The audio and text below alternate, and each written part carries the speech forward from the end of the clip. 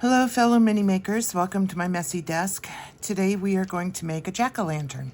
So we are going to get started and we're going to start with a ball of pumpkin colored clay. I bought this at the craft store, this exact color, so I didn't have to mix anything in any way. We're also gonna, on the side, we have these 3 different shades of brown. You can truly use any shade of brown that you want if you want to put a tint of green into it. This is going to be the stem on top of the pumpkin, so it's kind of really up to you on as far as how natural you want it to look with browns or greens or golds. So let's get started. I've rolled this into a ball. I try not to overwork it because this color, like the white, if you work it too much, it gets really soft. So we've got it in a ball, and I'm going to do a pumpkin sort of oblong shaped. I want this to be the shape of my pumpkin. We can do a small, fat, round one. You can do little ones, big ones. Basically, you've seen pumpkins. Any shape you want to make it is fine. I like this shape. So we're going to start with a nice, smooth, oblong shape. Now we're going to make the eyes and nose and mouth. Now this is an easier style pumpkin because we're not having to hollow it out. We're just going to do these designs on the surface. Now for the eyes, I like to use the end of a paintbrush. It's a small paintbrush. The end of it is the perfect size that I want. And what we're going to do for the eyes is we're going to pick apart about little less than halfway down our pumpkin. And we're going to press in to the center, but as you see, it's at an angle, and we're just going to kind of rock it back and forth a little and smooth that out as it goes outward. So it goes into a socket and then smooths outward. Just like that. Now we're going to do the other eye. I'm going to push in for the socket. Move up and down, go back and forth. Make sure we have enough in there. And there are the eyes. Simple enough. Now it may take a little practice, but if you mess up this part, re-roll it into a ball and keep trying. Once you get the hang of it, it's quite easy though. So now I'm going to take a stylus. It's rather small, but this is what I'm going to use to make the nose. Now you can go with a circle, you can go with a triangle, an upside down triangle. We're going to do a loopy sort of triangle, just meaning it's rounded all the way around. And we're just going to sort of make our shape that we want. And then we're going to push in more in the center. We don't really want clean, exact edges here. We want it to sort of smooth towards the outside.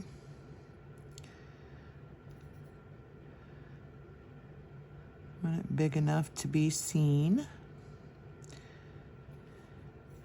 I like that. That's perfect. So we're going to make that our nose. Now, you got to be careful about putting it down on a flat surface because, like I said, this is soft and it's wanting to change its shape a little bit there in the back. So you may have to hold on to it at this point unless you're not showing off the back and you're only working on the front. Now for our mouth, we're going to do what looks like a stitched mouth. And this sort of reminds me of like a scarecrow sort of mouth. And what I do first is I start in the center below the nose. Here's about where I want the mouth to lay. But we want a big lopsided grin, so we're going to bring it all the way over here to the edge of that eye and bring a curve down and meet up with that center. And we don't want to go too deep. We don't need to. We just want to make sure it's lined well. And then we're going to continue over and bring it up under the other eye. So we have a nice big grin on our pumpkin. Now, if you want a lopsided grin, if you want a frown or a scowl, you know, this is the time for your creativity to unleash itself. So, but we're doing just a smiley face. All right. Now we want to put what I call stitch lines into this. And this is where it's going to look like the mouth has stitches going through it. Now, you don't want to go too heavy with your needle tool here, but we're going to start just a little bit from the end, and we're going to pull to the center, and then we pull out just a little. Just a little. It takes a light touch, otherwise you're going to distort your line. And we pull down, like so, and away from the middle. Pull down. And as you can see, this is giving the look of stitches. Now, I recommend you do them some kind of go to the side a little. We don't want perfect stitches. This is a jack-o'-lantern after all. And we'll do one more. I'm gonna tilt that one that way and bring a stitch. Now, once we bake this, we're going to put some really thin black paint into that, and it's going to show off those stitches really, really well. Okay, so we have our face done. And once again, now's when you need to pay attention to your shape. Make sure it's staying the shape you want it, especially if it's warm. And we're doing pretty good. You can roll it a little if you need to get that shape back. Now, pumpkins have seams that go all the way across. We're going to start going right down the middle. And we're going to start with our needle tool, and I'm not pushing very hard, but you see how that leaves a seam. And we're going to pick that up and go down to the bottom. And then we're going to do another. It's going to cut through the eye. Make sure you follow that line and bring it down to the bottom. We're going to do this all the way around. These seams don't have to be deep. We are going to highlight them with a little bit of chalk, so they'll be easily seen.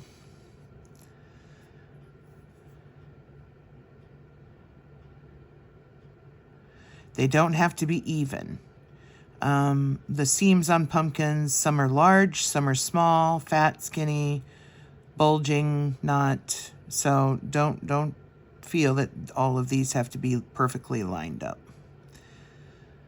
It adds to the character of your whole piece. But we do make sure they keep meeting up at the top and close enough on the bottom, because it's actually going to sit like so, so we won't see the full bottom. But let's do a few more seams going around.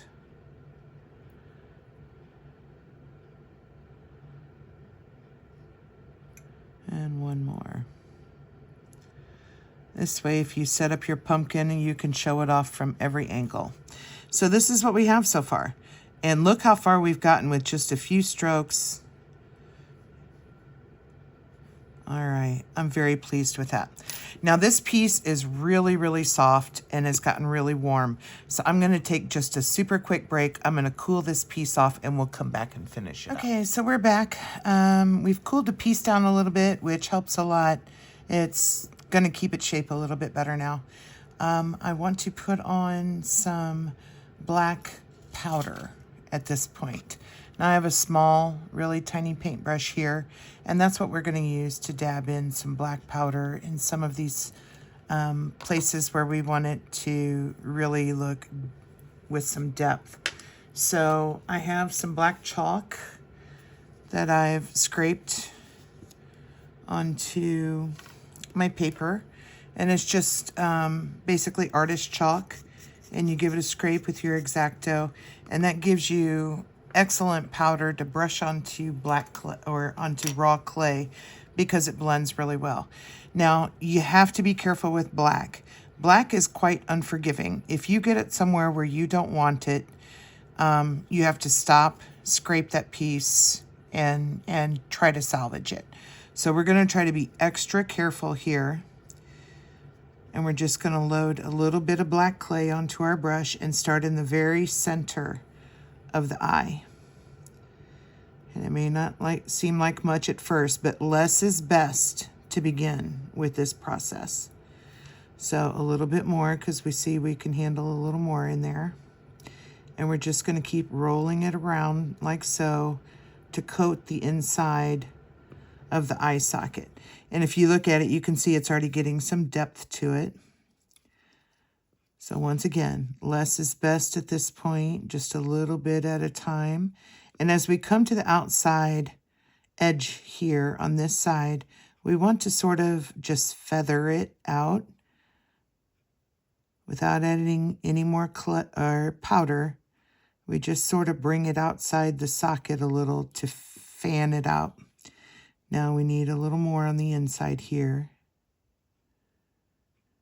like so. And then we're going to fan that out. Oh, that's turning out perfect. And we just sort of fan it out. Now, once again, less is best. We're going to stop at that point because I really like the look of that. That turned out really well. So let's do the other eye. Oh, let's see what I did there. We got black powder where we didn't want it. So we're going to start on the inside. I had a little too much chalk on my brush, and we saw exactly what happened. We're going to try to fix that, though. So this we're just going to sort of fan out. Oh, good. That piece fixed itself. And just fan out a little. And we're going to call that side finished. Now that gives a nice eerie sort of look to it. Now we're going to go to the center on the nose, and I'm going to load up some more black chalk here, but not too much. And we're going to go straight into the center. Start dabbing and brushing along the sides and fanning out. Okay, we could use just a little bit more black in there.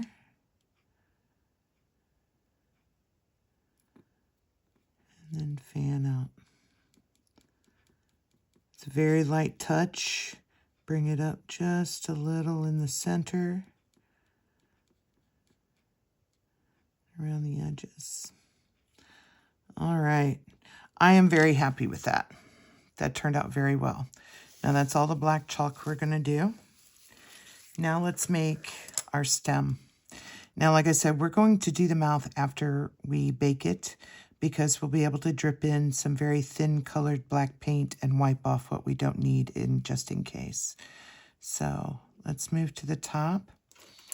I have a larger stylus here, a larger ball stylus. And we are going to push down right in the center. We don't have to go very hard. We're going to bring in the edges a little, make this a little bit bigger. Pumpkins usually go inward at the top, so that's what we're creating here with our stylus. And we don't have to be perfect because Mother Nature and pumpkins aren't perfect. So that's a perfect divot there for our stem. Now I've chosen 3 colors of brown for our stem. We don't need nearly this much. This is far more than what we need. But I like to roll them out into ropes and swirl them together to make a nice stem. So that's what we're going to do. So we have a dark brown. And we're just going to roll that out like so.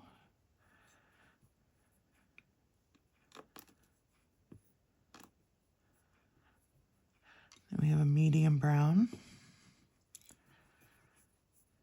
And they do not have to be the same size. In fact, it's almost better if they're not. Gives a more natural, realistic look. So that one is smaller than our dark brown, which is good. And then we have a lighter cream color.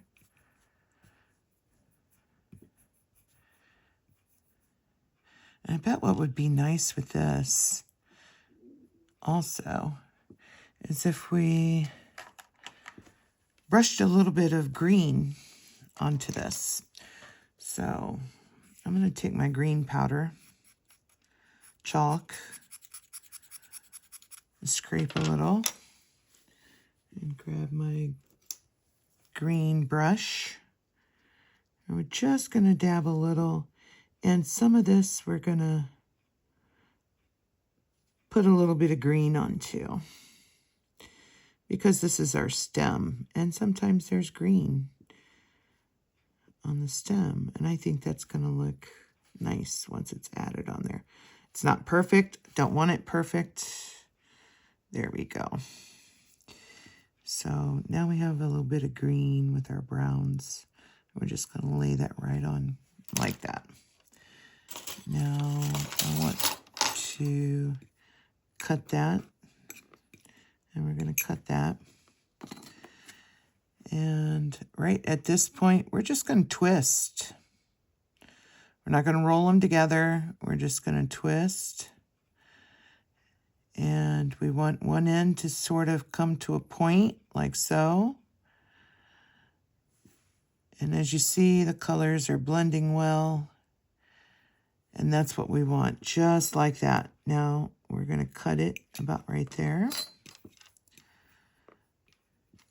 Now, if you continue to twist, you'll notice it will take on sort of a natural curly horn sort of shape, which is perfect, because that's what we are going to use for our stem, just like that. So we're going to set the end of that down in the center, pull it apart just a little so it can be seen. And then we will take our needle tool, and we're going to push this down right into the center, like so. So we get a good seal of it in there.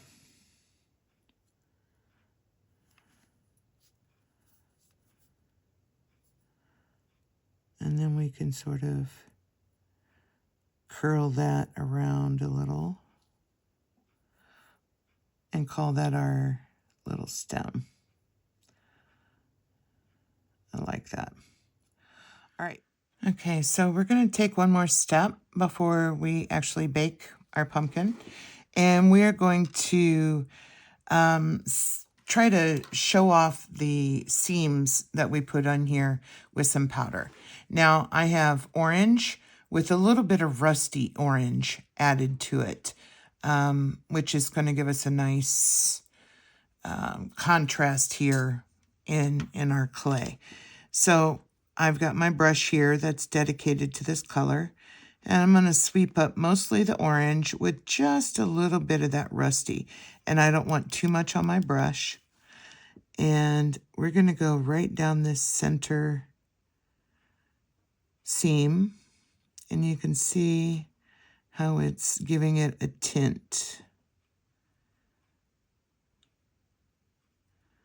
So we have a little tint going through there.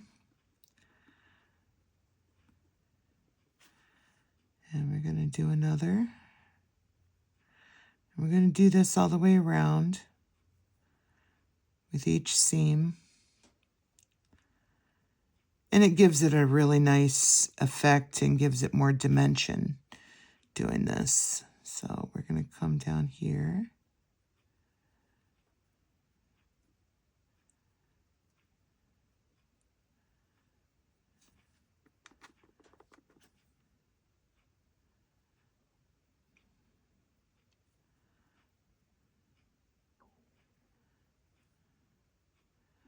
And that really adds a great contrast to just plain orange. Gives it some real depth here. So we'll continue with each seam. Now, this clay is getting very soft again. I notice even one of my seams has sort of disappeared. So I'm going to put those back in. Try not to distort anything too much. Your clay will also get really soft if you have warm hands, which I do tend to have. So that might be a problem I'm having. But if you have to, always set it down. Let it sit for a little bit. It cools off. And you're usually good to go. So here's our last one. All right. Now I do want to grab just a little bit of the light orange here, and we sort of just blend in the center. It sort of smooths things out.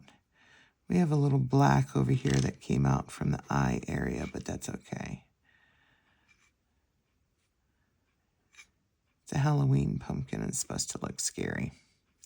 All right, so I'm going to bake this real quick, and then we'll come back and line them out. Okay, we're back. Our pumpkin has been baked, and we are now ready to create our mouth.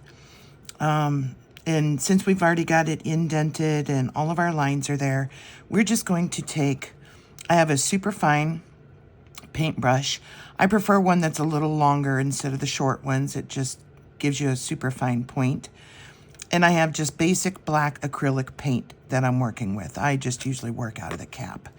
So I'm going to wet my brush because that's kind of the key to this step, is we want this paint thin. And I am barely just going to dab into that black with a wet brush, maybe even add a little more water. And I'm going to rub it along the side just so it's not overloaded. So we have a very thin amount of paint on here. And we are just going to push it right into, and as you can see, it fills in the crack we've made. Oh, see? If you get it on, that's the good thing about having it baked at this point, because you can wipe it right off. And we're just going to push it right into the cracks of the smile, as well as the stitch lines that we created.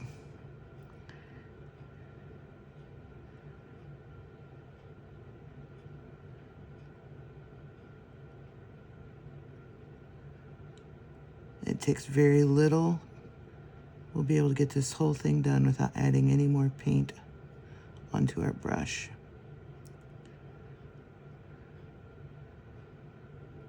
And that's that. Look at that.